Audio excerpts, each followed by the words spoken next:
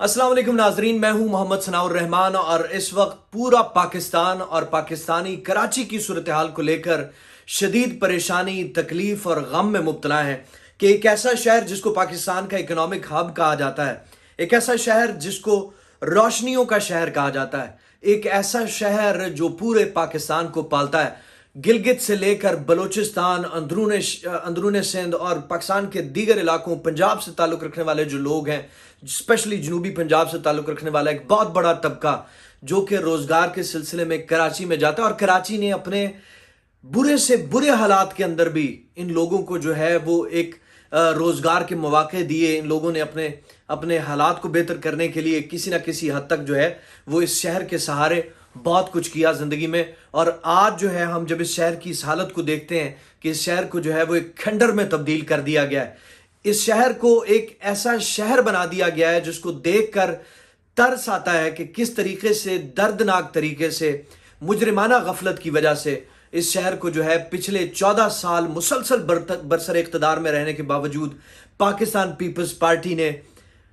आसिफ अली जरदारी साहब की हुकूमत ने, वो आसिफ अली जरदारी साहब जो कुछ दिन पहले कह रहे थे कि जी इस्टेब्लिशमेंट को हमने ये कहा है कि आप जो है इमरान खान से जान छुड़ाएं, इमरान खान को निकालें, मुल्क को संभालना जो है वो हमारा काम है, हम मुल्क को संभाल लेंगे। और देखकर हैरानी होती है कि किस तरह से ये बात कर सकते हैं जबकि सिंध का इन्होंने ये हाल कर दिया है कि वहां पर पूरा कराची जो है वो इस वक्त डूब चुका है। और हम जब ये बात कर रहे हैं तो ये कराची के कोई ऐसे इलाके नहीं हैं जो आप जिसे कह लें कोई स्लम्स की बात नहीं हो रही, ये आप जो है वो कराची के जो डेवलप्ड जिस तरह से हाउसिंग सोसाइटीज़ हैं, DHA है और इसी तरह से और बहुत से इलाके हैं, वो सारे के सारे इस वक्त डूब चुके हैं और कोई सोल्यूशन नहीं है। और पिछले 14 साल के अंदर किसी ने ये सोचने की कोशिश नहीं की कि इस शहर को हमने किस तरह से बदलना है। इस शहर के अंदर जो कुछ किया गया वो आपने देखा चाइना कटिंग की सूरत में, आपने देखा कि इस हुकूमत की प्रायोरिटीज़ क्या हैं, गैंग वॉर की सूरत में आपने देखा कि इस हुकूमत की प्रायोरिटीज़ क्या हैं, थर के अंदर जो हालात रहे हैं। और इसी तरह से अक्सर औकात जो है वो पिछले दिनों में वैक्सीनेशन को लेके इश्यूज थे, वो भी आपके सामने रहे कि किस तरह से इंतहाई ग्रॉस नेग्लिजेंस का जो है वो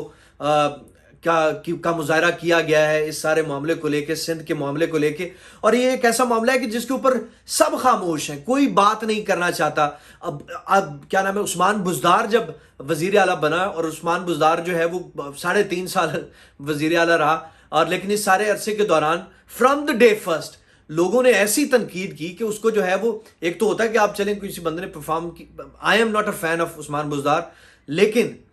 मैं ये बात कर रहा हूं कि वो शख्स जिस होता है कि आपने चले कुछ अर्सा परफॉर्म किया, आपकी परफॉर्मेंस बुरी रही तो आपके अगेंस्ट जो है वो क्रिटिसिज्म आना शुरू हो जाए। लेकिन उस्मान बुज़दार एक ऐसा शख्स था जो पहले दिन वज़ीर आला की कुर्सी पर बैठा और फ्रॉम द सेम डे लोगों ने उसके ऊपर जो है वो तनकीद करना शुरू कर दी। लेकिन यहां पे आप अगर सिंध की सूरत हाल देखें तो 14 साल से जो लोग बरसर इक़्तिदार हैं, क्यों नहीं वजीर आला मुराद शाह को बरतरफ करने की बात की जाती? कौन सा ऐसा कारनामा उन्होंने सरंजाम दे दिया है सिंध के अंदर कि जिसकी वजह से वो सारों को हजम हो रहे हैं, सारे जो है वो उसको जो है वो इस सारी इनकॉम्पिटेंस को, इस सारी नाअहली को जो है वो बर्दाश्त कर रहे हैं और कोई इसके खिलाफ बात नहीं करता। यही सारी सूरत हाल जो है जब वो कायम अली शाह वजीर आला थे और देखा आपने कि किस तरह से जो है वो सारी इनकॉम्पिटेंस के बावजूद ही was there on the chair. और एक आम पाकिस्तानी, सिंध के आम लोग जो बाशूर लोग हैं, वो ये देख के हैरान होते थे कि यार हमारे साथ हो क्या रहा है, कि किस तरह से आप इन लोगों को जो है वो लोगों के ऊपर मुसल्लत कर सकते हैं जो जिनका जो है वो परफॉर्मेंस से दूर दूर तक कोई लेना देना नहीं है, जिन लोगों ने इन इन इन इन इन शहरों की और इन सूबों की जो है वो इनकी बेहतरी के लिए ज़रा बराबर भी जो है वो सोचा नहीं कि किस तरीके से हमने इन इलाकों को बेहतर करना है, लोगों की ज़िंदगी में बेहतरी लानी है। आप इनकी सारी प्रायोरिटीज़ देख लें तो वो जो है वो ओमनी ग्रुप के मामलात के अंदर आपको कॉम्पिटेंस नज़र आती है, वो अयान अली के मामलात के अंदर आपको कॉम्पिटेंस नज़र आती है, वो आपको चाइना कटिंग के अंदर की सूरत हाल के अंदर जिस तरह से फ़ायदे उठाए गए हैं वो सारी चीज़ें नज़र आती हैं, और दीगर जो मामलात रहे हैं उन सारी चीज़ों के अंदर इनकी परफॉर्मेंस नज़र आती है। पब्लिक वेलफेयर की चीज़ें जो हैं वो इस हुकूमत की प्रायोरिटी कभी नहीं रही और ना इन्होंने किया। और इस सारी सूरत हाल को अगर आप देखें तो वफाक की सतह पे भी जब पाकिस्तान पीपल्स पार्टी हुकूमत में थी 2008 से लेकर 2013 के अंदर, تو وہ آپ اس کو میں سمجھتا ہوں کہ پاکستان کے بدترین ادوار میں سے ایک دور تھا کہ جب پاکستان کا ہر شہری جو ہے وہ پریشانی کی کیفیت میں تھا. لوگ ملکوں کے اندر جو ہے وہ مشکل حالات آتے ہیں, چیزیں ہوتی ہیں, لیکن آپ کی جو گورنمنٹس ہوتی ہیں وہ آپ کو لیڈ کرتی ہیں, وہ آپ کو ایک راستہ دکھاتی ہیں اور نظر آتا ہے کہ وہ آپ پین لے رہی ہیں. لیکن 2008 سے 2013 کا جو دور تھا, اگر آپ کو یاد ہو تو وہ ایک ایسا دور تھا کہ لوگوں کے اوپر جو ہے وہ مہنگائی کے, پریشانی کے, لوڈ شیڈنگ کے اور بدامنی کے اس طرح کے پہاڑ ٹوٹ رہے تھے, اور اس دوران جو ہے وہ آپ کو وے آؤٹ نہیں ملتا تھا. اس دور کے اندر جو ہے وہ پیپلز پارٹی کے جو وزیر ہیں وہ میڈیا کے اوپر آ کے انٹرویوز ابھی بھی پڑے ہوں گے انٹرنیٹ کے اوپر, وہ کہتے تھے کہ جی کرپشن جو ہے وہ ہمارا بھی تو حق ہے, اگر دوسرے کر رہے ہیں تو ہم بھی تو کرپشن کریں گے. اور اسی طرح سے آپ دیکھ لیں کہ روز جو ہے وہ کرپشن کے کیسز ان کے سامنے آ رہے ہوتے تھے, but nobody cared about the people. اور اس کے علاوہ جو ہے ایک اور چیز جو بڑی ان دنوں میں وائرل ہوئی تھی اور جو بڑی تکلیف دہ تھی کہ یوسف رضا گیلانی صاحب جو کہ وزیر اعظم تھے, ان کو ایک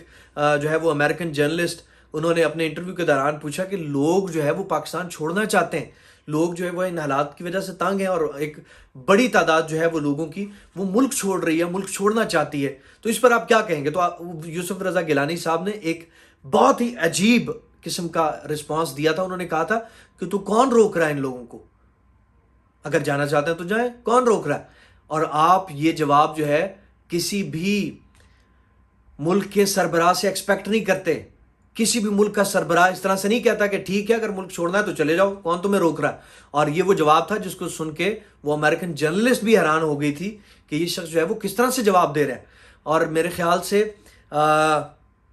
اب جو ہے اتحادی حکومت کی صورت میں ایک مرتبہ پھر سے یہ اقتدار پر پنجے گاڑے ہوئے ہیں اور سوچ یہ رہے ہیں کہ آنے والے دور میں پھر ان کو اقتدار مل جائے. تو میرے خیال سے جو مقتدر حلقے ہیں اور پاکستان کی عوام کو ان کی ساری پرفارمنس کو دیکھنا چاہیے کہ انہوں نے 14 سال کے اندر کیا حال کیا ہے سندھ کا, کیا حال کر دیا ہے کراچی کا, اور پچھلے 2008 سے 2005 کا دور بھی یاد رکھیں, اور وہ ساری چیزیں, صورتحال, وہ ساری انکمپیٹنس, نااہلی, اس کو مد نظر رکھتے ہوئے آپ یہ سوچیں کہ کیا واقعی پاکستان ڈیزرو کرتا ہے کہ یہ لوگ جو ہے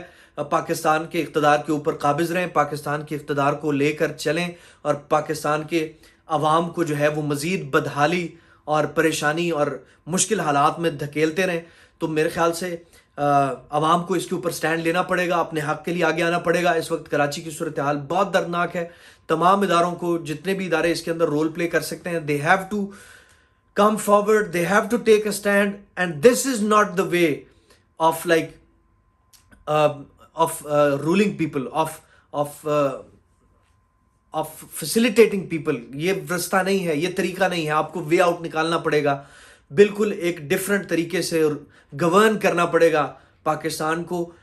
اگر اس طریقے سے آپ لے کے چلتے رہے تو میرے خیال سے پاکستان کو بیرونی دشمنوں کی ضرورت نہیں ہے, پاکستان کو باہر سے کوئی خطرہ نہیں ہے. یہ سارا خطرہ جو ہے پاکستان کو وہ اندر سے ہے, اس انکمپیٹنٹ رویے سے ہے, اس جو ہے مجرمانہ غفلت سے ہے, اس کرپٹ ذہنیت کے ساتھ ہے کہ جس میں جو ہے وہ آپ کے پیٹ ہی نہیں بھرتے, کہ جس میں جو ہے وہ آپ کوئی سلوشن ہی نہیں نکالنا چاہتے ان تمام مسائل کا جن کا حل نکالنا کوئی مشکل نہیں ہے. کیا جو ہے وہ ایڈمنسٹریشن کو ٹھیک کرنا اتنا بڑا مسئلہ ہے؟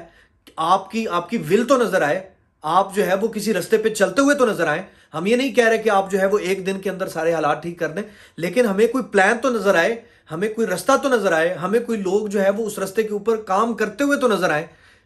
لیکن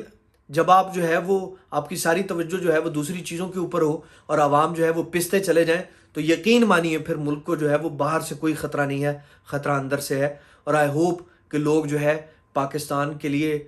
جو ہے وہ آواز اٹھائیں گے, لوگ آگے آئیں گے اور اس ساری نااہلی سے جو ہے وہ جان چھڑائیں گے, اور ووٹ کی صورت میں, الیکشن کی صورت میں اپنا رائے جو ہے وہ اپنی رائے کا استعمال کریں, اور اس کے ساتھ ساتھ احتجاج کریں, ریکارڈ کروائیں اپنا احتجاج, تاکہ اقتدار کے ایوانوں میں بیٹھے ان لوگوں کو جو ہے وہ اندازہ ہو کہ پاکستان کے عوام جو ہے وہ باشعور ہیں, وہ سمجھتے ہیں کہ ان کے ساتھ کیا زیادتیاں ہو رہی ہیں, اور ان زیادتیوں کو لے کے اس طرح سے مزید آگے نہیں چلا جا سکتا. اس کو بدلنا ہوگا, بدلے بغیر کوئی چارہ نہیں ہے.